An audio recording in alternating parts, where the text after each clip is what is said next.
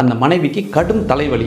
கொஞ்ச நேரம் படுத்து தூங்கினா நல்லாயிருக்கும் அப்படின்னு அவங்க யோசிச்சுட்டு இருக்கும்போதே எங்கேயும் தூங்குறது, கிச்சன் வேலை அப்படியே கிடக்கு, இன்னும் துணி துவைக்கல, வீட்டை கூட்டி வேறு துடைக்க வேண்டியது இருக்குது. இதெல்லாம் முடிச்சுட்டு கொஞ்சம் நேரம் ஓய்வு எடுக்கலாம் பார்த்தா இன்றைக்கி இட்லிக்கு மாவு வேறு போட வேண்டியது இருக்குது.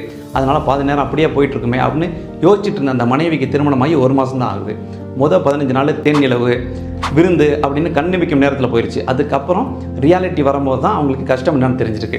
அந்த கணவருக்கு ஒரு தங்கச்சி இருக்காங்க. அவங்க காலேஜ் ஃபைனல் இயர் படிச்சுட்டு இருக்காங்க. ஆனால் வீட்டில் ஒரு வேலை செய்ய மாட்டாங்க.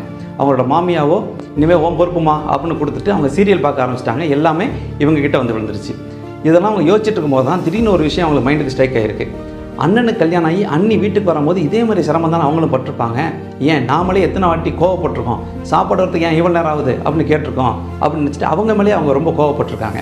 ஒரு 10 நாளே நமக்கு மூச்சு முட்டுது, 5 வருஷத்துக்கு மேலே அண்ணி இப்படி தானே உழைச்சிட்ருக்காங்க அப்படின்னு உடனே அவங்களுக்கு ஃபோன் அடிச்சிருக்காங்க. அங்கேருந்து அண்ணி பேசியிருக்காங்க. என்னம்மா நல்லா இருக்கியா, சாப்பிட்டியா அப்படின்னு கேட்டதில் ஒரு அக்கறை இருந்திருக்கு. இவங்க உடனே சொல்லியிருக்காங்க, அண்ணி உங்ககிட்ட நான் 2 விஷயம் சொல்லணும், என்னை மன்னிச்சிருங்க, இன்னொன்று ரொம்ப தேங்க்ஸ் அப்படின்னு சொல்லிட்டு மனசு விட்டு பேச ஆரம்பிச்சிருக்காங்க. நாம் அடுத்தவங்களுக்கு தெரிஞ்சோ தெரியாமலோ துன்பத்தை கொடுக்கும்போது அதை பற்றி நம்ம கொஞ்சம் கூட யோசிக்கிறது கிடையாது.